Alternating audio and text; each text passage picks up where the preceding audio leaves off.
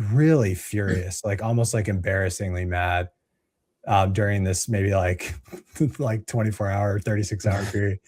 And I was just raging in Claude. And at the end of the week, I opened up a new chat and I was like, "Hey Claude, can you go through the logs and look at all the times that I called you this, or this?" All right, we'll redact whatever you're about to Yeah, say. I'm not gonna say it because I know Yeah. people probably have kids in the car. But I was like, look for when I called you this or whatever. Because I was really mad. And what I want you to do is pull out all these terrible words and things I called you, and then let's figure out what you were doing that was making me so mad. And let's find the things that happened.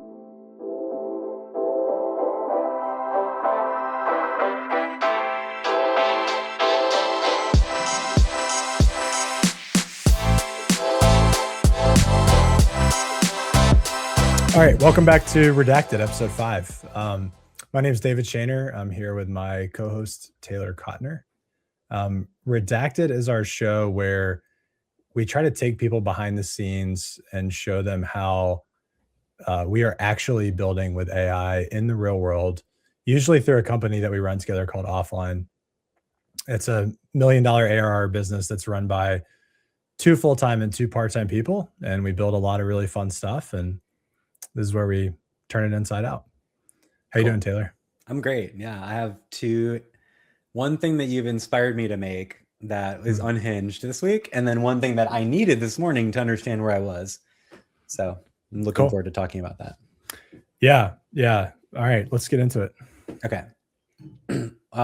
We're gonna start with again, it's like a roadmap, which doesn't sound fun, but this I'll make this a little bit bigger on the screen. This is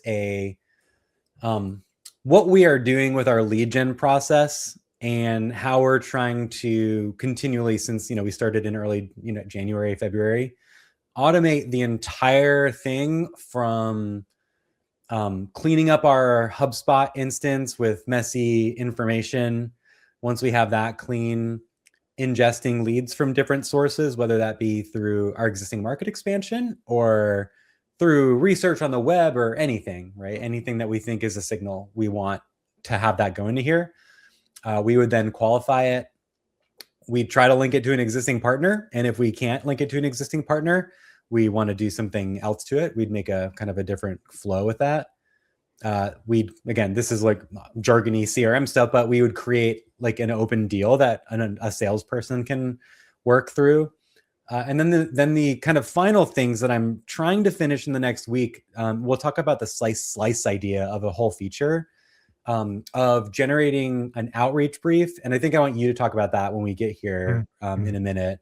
And then actually doing some level of outreach, kind of like paired with a human, right? So the stuff that we've talked about on the previous episodes of the podcast, where you can see that I have a bunch of statuses here of automatic runs itself. Nothing is green right now because we're a little bit too early in this process.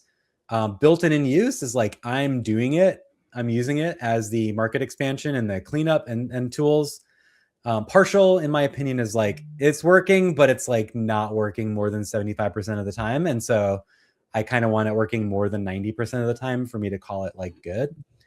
And then we have like not built yet. And so I've been working a ton on these little AI solutions that you've seen in this podcast, right? Where we take a cluster of a restaurant or a restaurant group.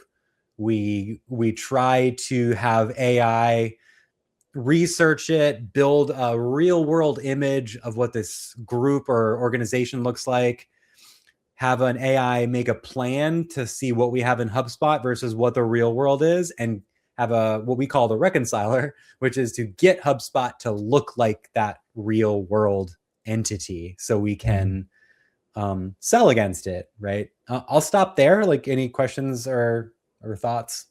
No, not yet. Great. So I've been building the cleanup part, and really the whole process hinged on the cleanup part, because we all know that if you have bad data, you can't do anything down the line with it because it's all just wrong. I've had to add some new fields here and there to HubSpot just to make it easier. I find myself lately reducing the amount of LLMs whenever I can and putting things in code. So like something like knowing what offline's markets are, what I've needed to do is say, hey, we have these restaurants that we work with.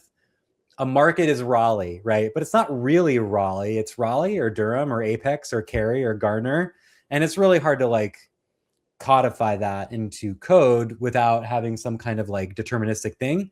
And coordinates became that thing for me last week, where now I have every single location we put into HubSpot. Really only offline cares about this level of like data. I just want to know exactly where it is on a map. So if I say, hey, LLM, draw me a 50-mile map around Raleigh, that's our market. Great, we got it. And that's easy to change and expand and shrink if we need to expand it for another market like Denver, or shrink it for something else like maybe Orlando and Tampa. We want to do everything in between. We can do that with these coordinates, very offline specific. So it's taking me back to the old way we used to do that, which was, I think, called Mapbox, essentially. Yeah. And I'm remembering, oh boy, all the Excel sheets and formulas and and it's like so much easier now. Like Mapbox did it, but you had to import everything manually, and then you had to link it all, and then it really didn't connect to your backend. So again, it's all in HubSpot, 2 simple fields, latitude, longitude, and then there's now an in-market designation for a location, like a restaurant address. So we can easily change everything in the fly, right? And I've had, the other thing that I've been using AI to do this week a lot is like literally clean up HubSpot. So like once I decided that I wanted those fields, there was 2,000 restaurant locations I needed to clean up, right? And I was like, HubSpot can't do this, but an AI with like a backend Google Places API, that could just go do this for me. So I just had it do it. It wrote a little script where it called Google Places for the Google Place ID, which is something I added before. And it updated 2,000 restaurant locations, latitude and longitude, within, I would say, an hour, maybe, right? And then it gave me a little summary of the things that went wrong, and we went in and fixed them individually. And there was like maybe 10.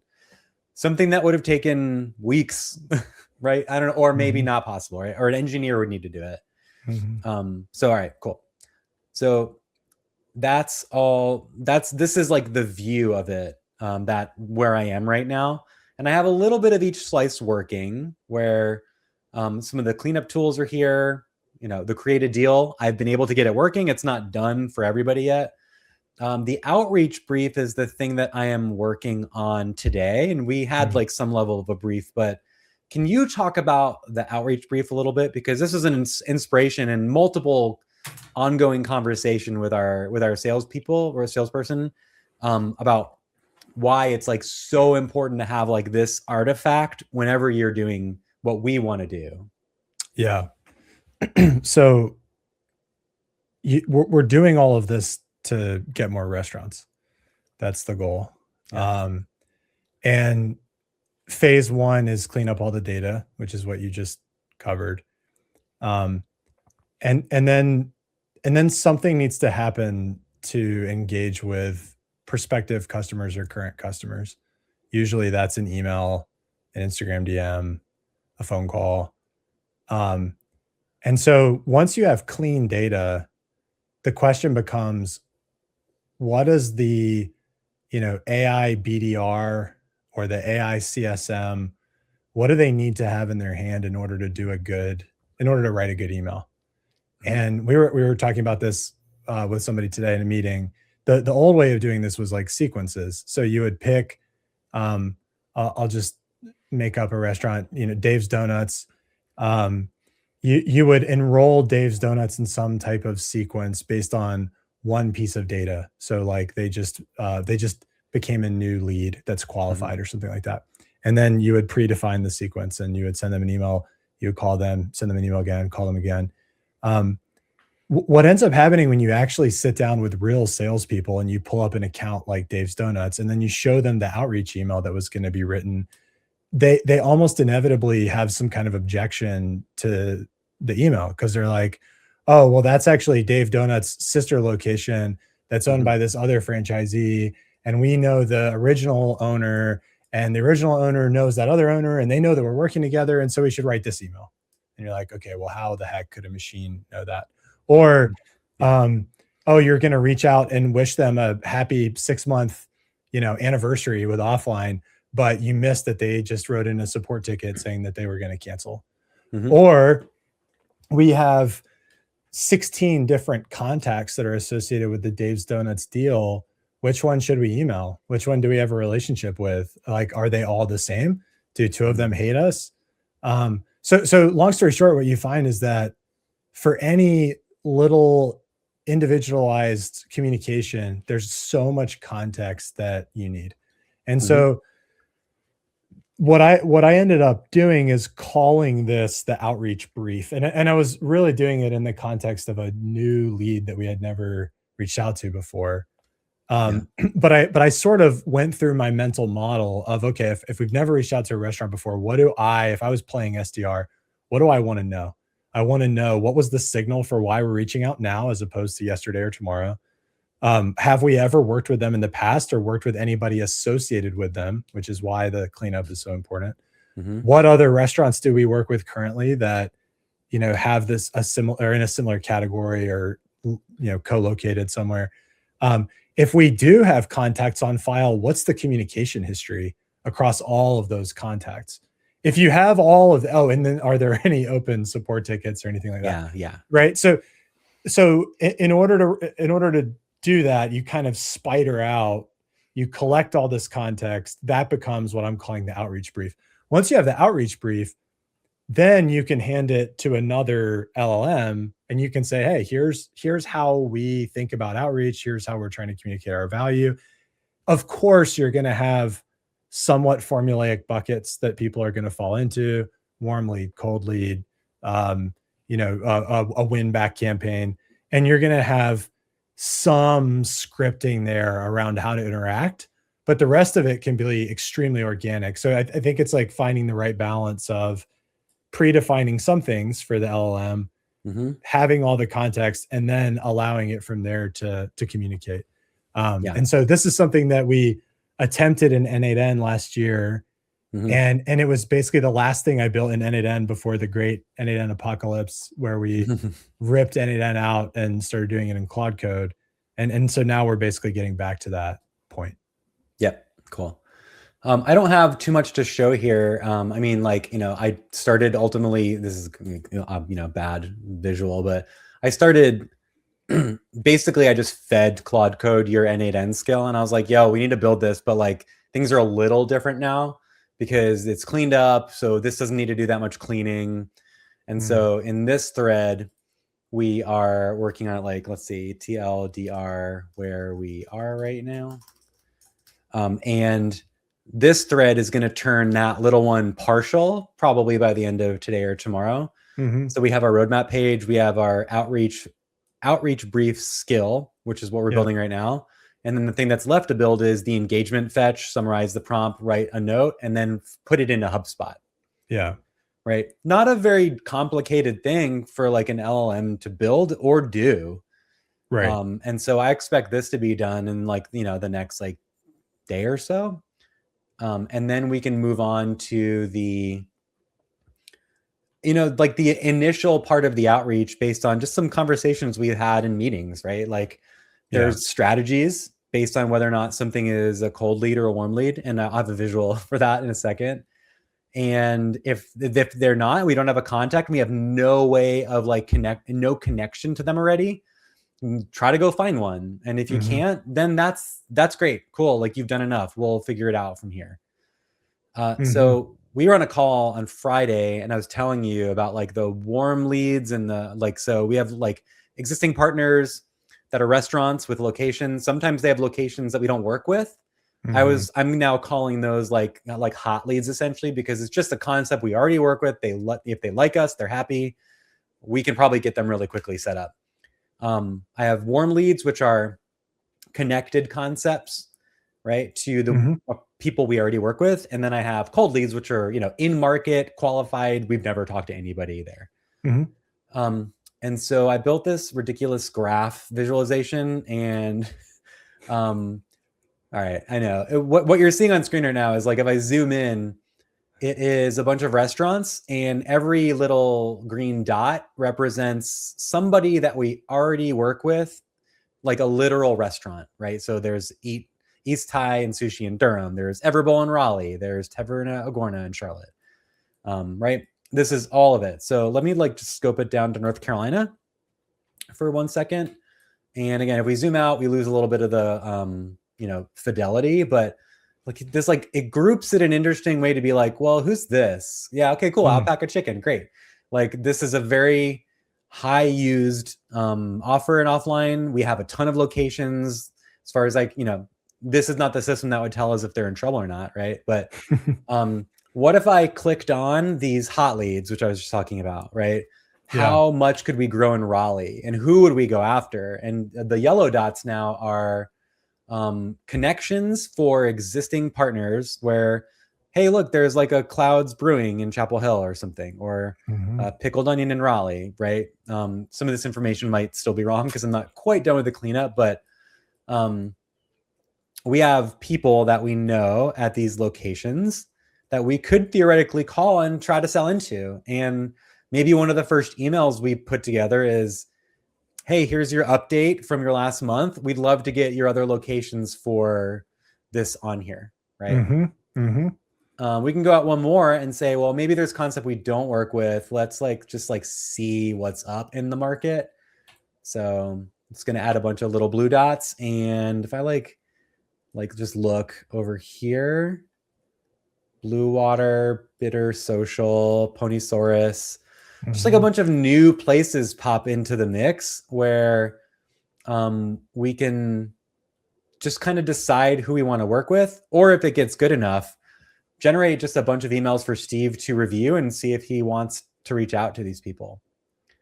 What does this make you think? I know we were talking about weird stuff. I was thinking about Hinge. That this is a B2B version of Hinge. Everybody that you want to date is 1 or 2 degrees away from who you already know. Yeah. But I think that I would guess anybody that's sat in a sales org for long enough has this visual in their head in some way, shape, or form, where they're like, all right, we already have this book of business.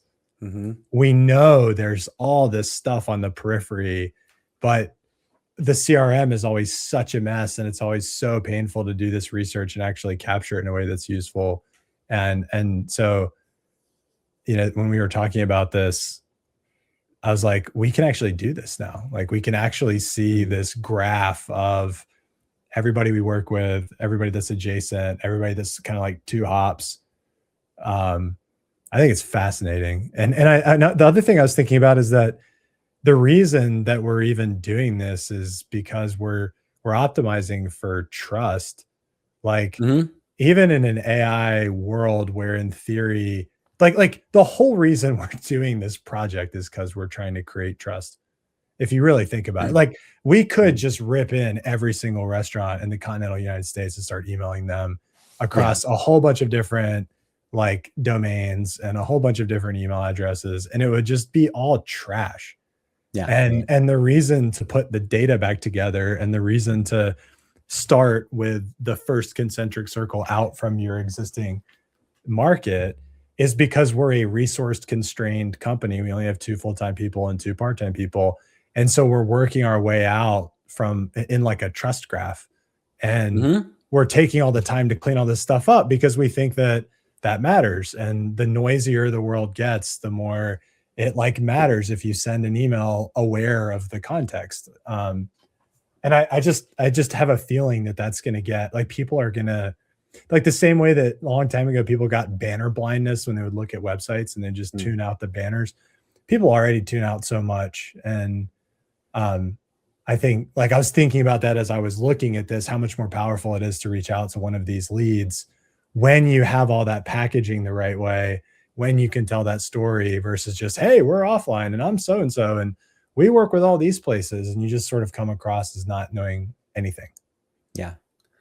So my ongoing saga continues. I have, my goal is to get through the slice in the next week, and then just optimize each stage, and then eventually try to make something that can be a little bit more hands off. But I mean, just the usage of Claude Code to assist in the cleanup has been helpful, and to build the tools that do the more complicated cleanup, that have to do web research. You can't clean up 1,000 companies with an Opus subscription, but you can build tools to do that. And then if you want to add little pieces of data, like having it do it for you with like little mini API tools is a great way to do it. Like, I can't even imagine like if I like, I don't know if this overlap exists of like having like a lead gen mind or a sales mind, but also having a tools like this. I feel like it's very, very thin, like gray area, like a Venn diagram, but it feels very powerful. Like if I was just doing lead gen for offline and I had these tools and like the mindset, like you could just do so much with these things, right? And there's an aspect of ownership that if you feel confident about the thing you're doing and you can own the pieces, like I don't need to ask you to change something in HubSpot because like you're like, no, I trust Taylor to know that like if he's going to add a field, like it's for a good reason. Taylor's not going to do that. Yeah. That's also an important piece of all of this too, is like trusting the people that are doing it, I guess. Yeah, and those people having enough, I guess, authority inside of the company. I mean, we were talking about this earlier in the context of some potential clients where, like, AI transformation relies on a lot of stuff that's not just the AI itself. One thing I was thinking about as you were talking was we have encountered some situations. So I'm thinking about the conversation me, you, and Steve and Paige had last week, and how we had to kind of navigate this world where you were automating and then Steve needed to get in front of you and kind of trailblaze the next part of the process, and then you needed to come behind him and automate. That's kind of I think that's something that trips a lot of people up, including us. I don't know if you have anything to share there, but that just seems to come up over and over and over again in this world. Yeah, I mean, I think a lot of the initial trailblazing for this specific project was done by you last summer when you were making all the N8N flows, right? Like I would assume that you sat down at least a little bit with Steve, but you also had a lot of the sales processes in your head. I do think that when this becomes a little bit more like available to be used and is producing things, I don't think it's a thing that can stop. Like I think it's a thing where it's a product within the company that will require me to like work through issues that Steve ends up having at the edges. Because I think that we'll be able to do like 80% of it well. And then that last 20 is, we had Steve like analyze a bunch of the leads that we qualified last week. And he was like, hey, here's 20 edge cases. And then we were like, oh, okay, crap. Maybe this won't work. But it's like, no. These were just the edge cases that I found. I went through 40 of them and they were fine. It's like, great. Yeah. If we can get the edge cases down, we'll work with you. And then maybe some edge cases we just like don't care about. And we'll just let you know when we've hit it, and you can do that one manually or something. Yeah, it seems to just be a common, like this little surface between the people that are good at automating stuff and the people that are good at selling, and how you navigate that is a common challenge, and getting someone who thinks a little bit more in terms of their sales intuition to then translate that into process, to then teach that to an AI. It's kind of like this conveyor belt from a very not like kind of intuition based world all the way through to like a very automation based world. And I guess just for people who are listening, the way that we've tried to navigate that is like, Taylor does this cleanup and theoretically finds 50 new warm leads that are part of restaurant groups that we already work with. so that's kind of where the sidewalk ends for him. And then what Steve needs to do is go one by one through those 50 and say, well, here's what I would do next, or here's why this one is wrong. And then the ball goes back in Taylor's court to make those adjustments. And then it goes back in Steve's court again. And it's kind of this iterative conversation back and forth between the person who's at the tip of the spear doing the outreach and the sales and the person who's trying to come behind them building the system.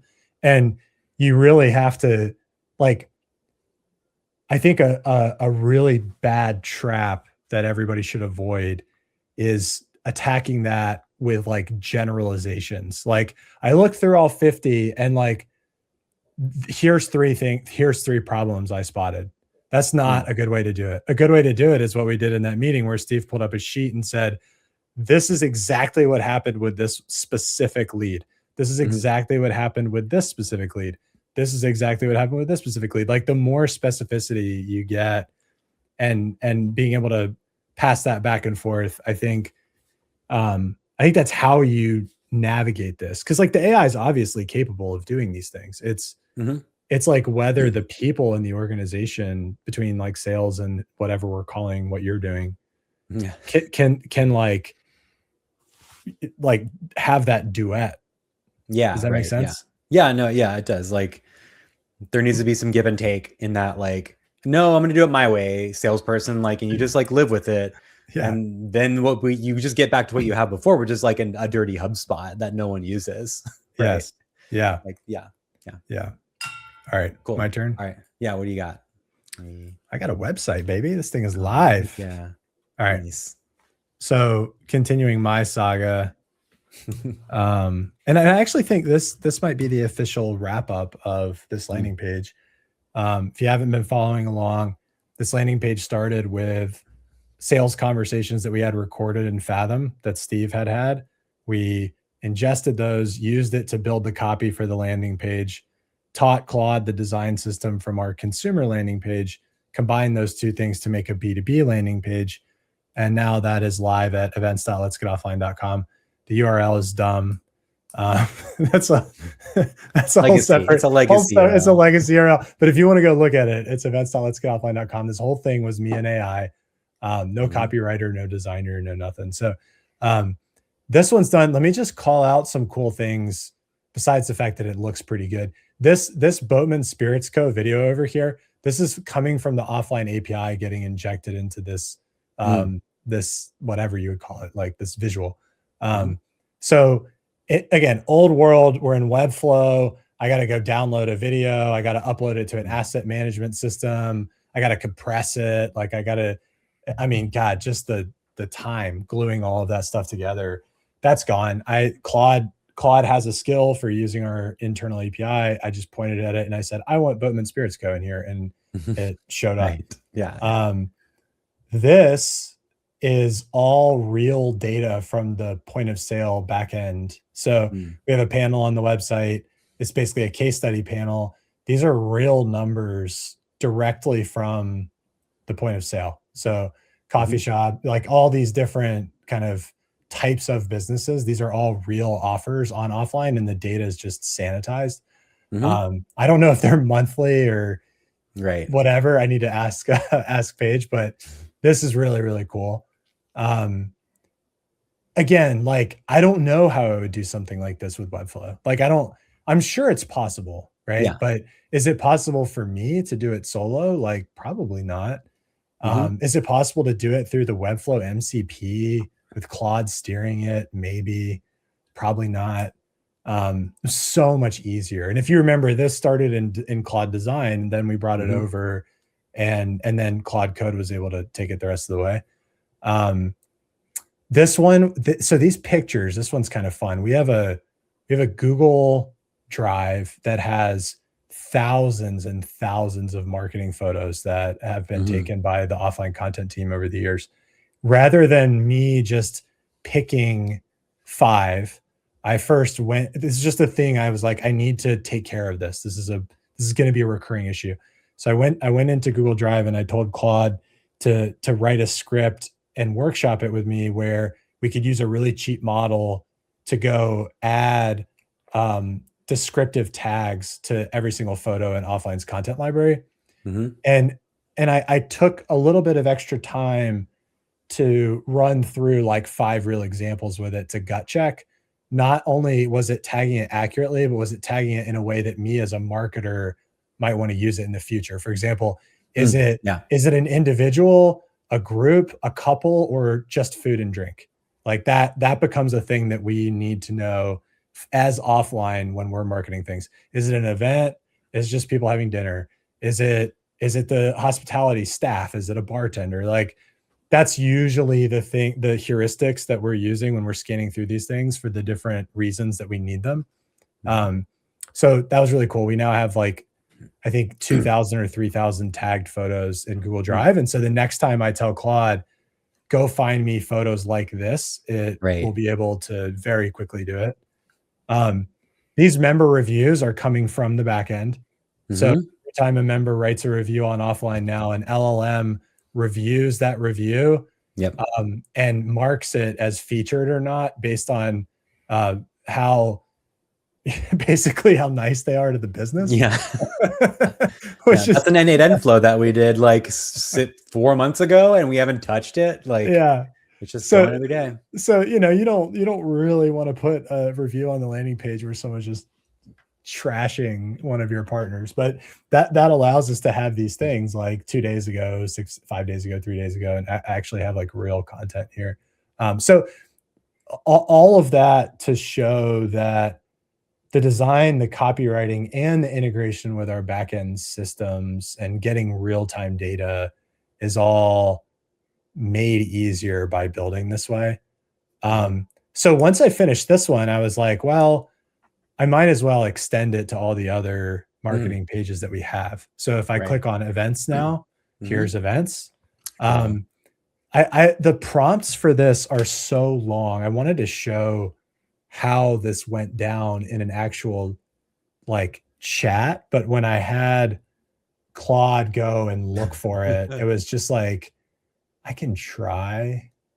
Yeah, it's probably not worth it. Basically, it was just too long. There's so much CSS that is changing. There's so much junk. But like from a high level, the way you would do this if you wanted to is once you have the first page down, you have that design, you have another page that you're trying to reskin. You just tell it essentially to start a brand new URL. Don't try to reskin stuff that's already built. Start a brand new URL. And then we just went panel by panel. And what I would do is say, hey, like for this panel, I want it to be kind of a combination of these two or these three, or take this one and change it like this. So once you had a reference point, these next ones went really, really quickly. This is the design from the offline app plugged in directly with API data for recent events. These are real restaurants that we've worked with in Raleigh-Durham, all coming from the API, so that we can show how many, just the breadth of partners that we've worked with. And then these are more marketing kind of articles, like what makes an offline event work. This is kind of half landing page, half blog post. Weeknight takeovers, same thing. Probably the most important output of all of this, though, is not just the landing page. It's the fact that when you work this way, all this stuff is now on the drive, in the GitHub repo, all the skills, all the old chats. Like the number of times now that I find myself telling Claude, hey, go read that chat that we had 2 months ago about like redesigning the web page. Let's extract what was salient from that chat, because I want to do that again, but I don't want to make all the mistakes that we made last time. It's like you're just working in a way where everything is recorded and everything is like findable again. It's not like in the old world where I would say, what was I like? Was it in a Figma file? And then, there was some conversation I had with Dream 10 and I don't remember what we talked about. And like, it's all happening in one container with Claude. So it's all on your disk, right? Which is it's just weird. Yeah, it's weird. And then the thing that I think of is like, well, that's on your computer. What's the next step to getting it? Like, is there a point of like giving it access to like me or Paige or Steve to like play with, right? And like I think that's probably what I'll end up moving into in the next few episodes is the plugin and the attempt to kind of distribute skills. And because you're right, like I don't, how you take this from individual knowledge to collective knowledge is not, I think it's not obvious. So I would love to come back to that because that's something that we have not quite figured out. But one more fun thing before we cut, this was an experiment I decided to run. Let me see if I can zoom in a little bit more. So this is a Slack channel. So I got this kind of idea of again, like how do I push the limit with what's possible with AI? And so I had finished the design of the landing page. It was still on my local.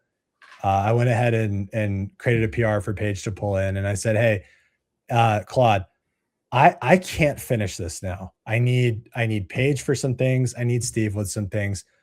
I really don't want to be involved at this point. Like I would like them to just finish it. I know what I need from them. I know what they need to do. Let me tell you what needs to get done. I'm going to make a Slack channel just for this project. So you have one place to look for interaction." And so offline Slackbot sends this message basically saying, "Hey, David wants to try this. Here's what he's testing. Here's what he needs." And then he kind of like, I don't know why I'm calling offline Slackbot he, but offline Slackbot says, "Hey, Steve, here's what we need. Here's an input doc. Here's the sections you're responsible for." So it just kind of goes back and forth. And then what I did on my end is I used the loop command to put a single long running Claude chat, right? Claude Code chat. I used loop to say, check this every 15 minutes for any questions or replies or whatever. And so it would just boot up every 15 minutes and it would say like, "Oh, did Steve say anything?" or whatever. Okay. I was going to ask how you got it to like ping the team or watch the team. So it was asking them for updates basically, or seeing if they responded to anything. Yeah, that's right. So it's checking for updates. I think I gave it some vague instructions about when to bother people, but I think for the most part, I would tell it like, if I hadn't seen any updates, like nudge them. It was fascinating. I would say it was a really good like prototype. I think it's very typical when I do this where like I'm both surprised in a good way and annoyed in a bad way simultaneously. Like some of the interactions were really interesting. I think that this is one of those cases where if I was going to do this again, I would go pull up this whole chat history with another Claude Code. And I would say, "Hey, let's look through this. And where did I have to intervene and why?" Right. Like if I had to jump in and redirect it, what was it about? And again, almost always the case is like, I probably didn't spend enough time up front planning for like, what is the final manifest for this bot? What does it need to check every time it wakes up so that it kind of like, even though it's in its context history, like I would find it telling me things like, looks like Steve uploaded some headshots. Like now I'm going to go create a pull request. And I'd be like, "But you're not. Like, go do it." Right? And it's like, "Oh, you're right. Okay, I'm off now." So there were these little weird things where I had to intervene, and I would want to go kind of make an index of those, and then try it again, right? Because there's something here. Like there's something here with the last 10 to 15% of a project that depends on other people and is not like there's no more like major decisions being made. This was asset gathering. Hey, I need quotes from restaurant partners. I need pictures from restaurant partners. I need which case studies need to be featured. And then Paige, I need you to deploy this. Right. That's literally project management at that point. It's not strategy. And so there's something to that, that idea that I'll probably try again and annoy the hell out of Paige and Steve. I mean, the surface area, like the surface is interesting that it's like Slack, right? Because it's one of the only spots it could be, but like theoretically, Anthropic could do something like this with the Claude team app, right? Like totally, they could make a like company assistant or agent that tries to like help projects move along. Again, I don't know if that's good or bad, right? I think that I get the same feelings on both sides. Yeah. Yeah. The Yeah. other thing that we could do that I know we're exploring now is, do we go full circle back to, a ClickUp like project board, right? Where these are just Mhm. like these chats are happening on the actual feature card, and that's the thing that's getting pushed and pulled too. Right. Again, Yeah. Right. pros and cons. It's Yep. more organized, but also more annoying to interact with. So Yeah. I The don't know like where all that's going to interesting land. part of that is, I mean, like before all of the like AI development really got going in late last year, we were still using ClickUp for like project management, right? We would Yeah. make a Yeah. project board, we would have a bunch of to-dos, we would drag them through. And when the models got better, I found it personally to be too slow. And again, we're a 2-person engineering team. So like maybe this won't work for your 5 or 10 or 15 or 20-person team. But we just started working out of like literal documents with like checklists in a doc. And that, that has that are the pro of going really fast, and we can take notes and Mhm. review one thing every week where you didn't have to dig into all the cards. Well, you do lose the ability to like track the progress, or like be like, actually, this is important and it's still in the backlog. Let's not worry about it. Like, Yeah. so I don't know where that's going to end up, but somewhere in the middle of like using one document and a full-on Kanban board is probably where we're going to end up, I would guess. So Yeah, I think so. I don't know if you've run across this before, but I think it was in the book High Output Management. I can't remember. But there was a study where they were trying to figure out if people who were more micromanagey were better managers, or people who are more macro managey and give people a lot of leeway. Um, and I'm 99.9% sure that the what they ended up finding was that it was context dependent. Like it depended on the domain that the people that you're managing are working in, and what their level of expertise is in that domain. mhm. Um, and that could make the difference between like someone who's a micromanager actually excelling, or someone who gives a lot of leeway actually excelling. I like, point being, it all depends on where you are as a company. And I think like the ClickUp, the structure, the process, all that, it all depends. Like there's nothing inherently good or bad about a loose process versus an overly structured process. It just depends on what it is you're trying to get done, how big your team is, how competent they are. Mhm. Like, Yeah. like you can't avoid that. Okay, so last week, um, I probably had like a day and a half of like really bad. It was like bad AI day, and then another half bad AI day. I was really furious, like almost like embarrassingly mad, during this maybe like like 24-hour, 36-hour period. And I was just raging in Claude. And at the end of the week, I opened up a new chat and I was like, "Hey Claude, can you go through the logs and look at all the times that I called you this, or this?" All right, we'll redact whatever you're about to Yeah, say. I'm not gonna say Yeah. it because I know Yeah. people probably have kids in the car. But I was like, look for when I called you this or whatever, because I was really mad. And what I want you to do is pull out all these terrible words and things I called you, and then let's figure out what you were doing that was making me so mad, and let's find the things that happened like more than once, because that's what would really frustrate me, is be like, oh, I saved a memory for that. I'm not going to do that again, and then it would do the Mhm. same thing, right? Okay. So it ended up calling it my rage log, which I thought was hilarious. And then we ended up turning it into what we're calling a gotcha registry. Okay. Mhm. So this is specifically for some work I'm doing with Bonner, but what I've started doing that might be interesting for people listening is I've been using, I've been using superpowers a lot. Mhm. And what I what was really interesting about this whole situation was, if I have a bunch of mistakes that I know Claude has made over and over again that really frustrated me because they took us like, it wasn't just like a one prompt redirect. It was like a whole mess, right? If I have a list of those things and I know that it'll probably make those mistakes again, and I'm planning a new feature, how do I deterministically force Claude to not make those mistakes again? Because I can't really trust the claude.md file. I can't really trust memories. Like, how do I bake it? How do I habit stack it into my process?